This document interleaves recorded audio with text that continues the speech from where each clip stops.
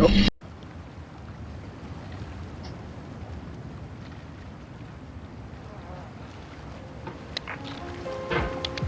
the heck?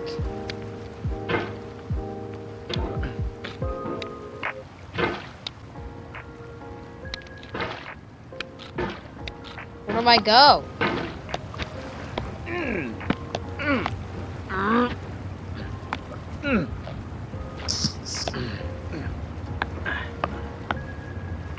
I'm stuck. I'm stuck. Oh. Go up. Go up.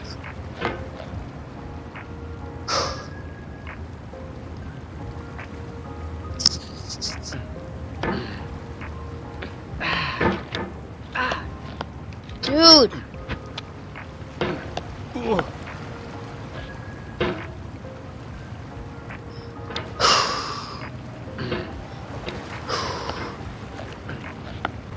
There's no feeling more intense than starting over. If you deleted your homework the day before it was due, as I have, or if you left your wallet at home, that is harder than starting up. If you're not ready for that, like if you've already had a bad day, Let's go, I did then what it. you're about to go. Oh, you know what I can do?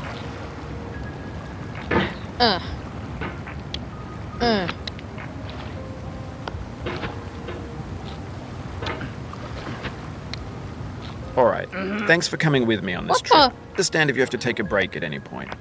Just find a safe place to stop and quit the game. And don't worry, I'll save your progress, always. Even your mistakes. No way. This game is a homage to a free game that came out in 2002 Whoa! titled Sexy Hiking. The author of that game was Jazuo, a mysterious Czech designer who was known at the time as the father of B games. And B games are rough assemblages of found objects. Yo, how do I turn off? Yo.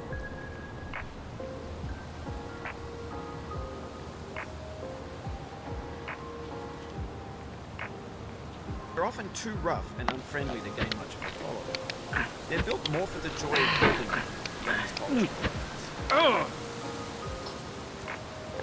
In a certain way, Sexy Hiking is the perfect embodiment of a game. It's built almost entirely out of found in this game. It's one of the most unusual and unfriendly games of its time. In it, your task is simply to drag yourself up a mountain with a hammer. That act of climbing, in the digital world or in real life, has certain essential properties that keep the game going. No amount of forward progress are too sheer or too steep. And the player is constantly, unremittingly in danger of falling and losing everything. Anyway, when you start Sexy Hiking, you're standing next to this dead tree that blocks the way to the entire rest of the game. It might take you an hour to get over that tree, and a lot of people never got past it. Prodding, poke at it, exploring the limit. And there's a sense of truth in that lack of compromise. Most obstacles in video game worlds are fake. You can be completely confident in your ability to get through them once you have the correct method, correct equipment, or just by spending enough time. In that sense, every pixelated obstacle in Sexy Hiking is real. The obstacles in Sexy Hiking are unyielding, and that makes the game uniquely frustrating. But I'm not sure Jazuo intended to make a frustrating game. Frustration is just essential to the act of climbing, and it's authentic to the process of building a game about it. A funny thing happened to me as I was building this map. I'd have an idea for a new obstacle, and I'd build it, test it. But I couldn't bring myself to make it easy. It already felt like my inability to get past a new obstacle was my fault, as a player, rather than as a builder. Imaginary mountains build themselves from our efforts to climb them. And it's our repeated attempts to reach the summit that turns those mountains into something real. When you're building a video game world, you're building with ideas. And that can be like working with quickset cement. You mold your ideas into a certain shape that can be played with. And in the process of playing with them, they begin to harden and set until they're immutable, like rock. At that point, you can't change the world. Not without breaking it into pieces and starting fresh with new ideas.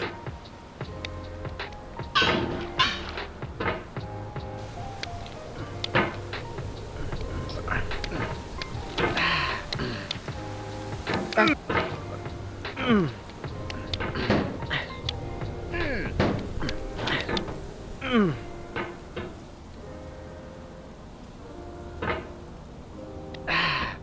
years now, people have been predicting that games would soon be made out of prefabricated objects, bought in a store and assembled. And for the most part, that hasn't happened. Because the objects in the stores are trash. I don't mean they look bad or that they're badly made, although a lot of them are. I mean they're trash in the way that food becomes trash as soon as you put it in the sink. Things are made...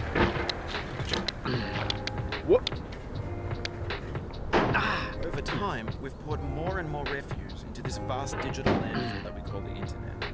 It now vastly outnumbers and outweighs the things that are fresh and untainted and unused. When everything around us is cultural trash, trash becomes the new medium, the lingua franca of the digital age. And you can build culture out of trash, but only trash culture. B games, B movies, B music, B philosophy. Maybe this is what digital culture is. A monstrous mountain of trash, the ash heap of creativity's fountain. A landfill with everything we ever thought of in it. Grand, infinite, and unsorted. There's 3D models of breakfast, Gen X's fanfic novels, Scan magazines, green screen Shia LaBeouf, banned stuff scenes on LiveLeak. Facebook's got lifelike bots with unbranded adverts and candid shots of Kanye and Taylor Swift mashups, car crash epic fail gifs, Russian dashcam vids, discussions of McRibs, discarded, forgotten, unrecycled, muddled, rotten, untitled. Everything's fresh for about 6 seconds, until some newer thing beckons, and we hit refresh. And there's years of persevering, disappearing into the pile, out of style, out of sight. Based.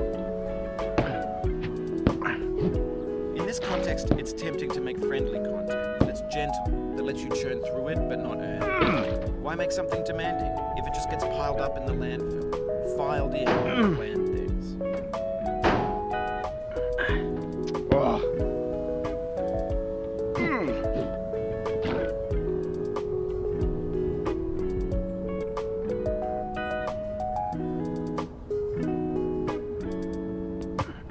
We just lost a lot of progress. Oof, sorry.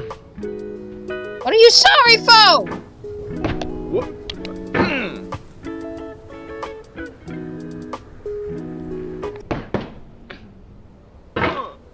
Oh, it happened again.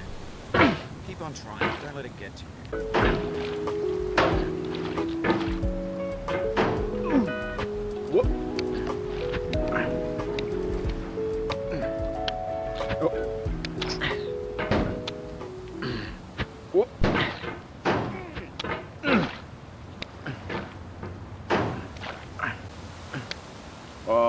This thing that we call failure is not the falling down, but the staying down.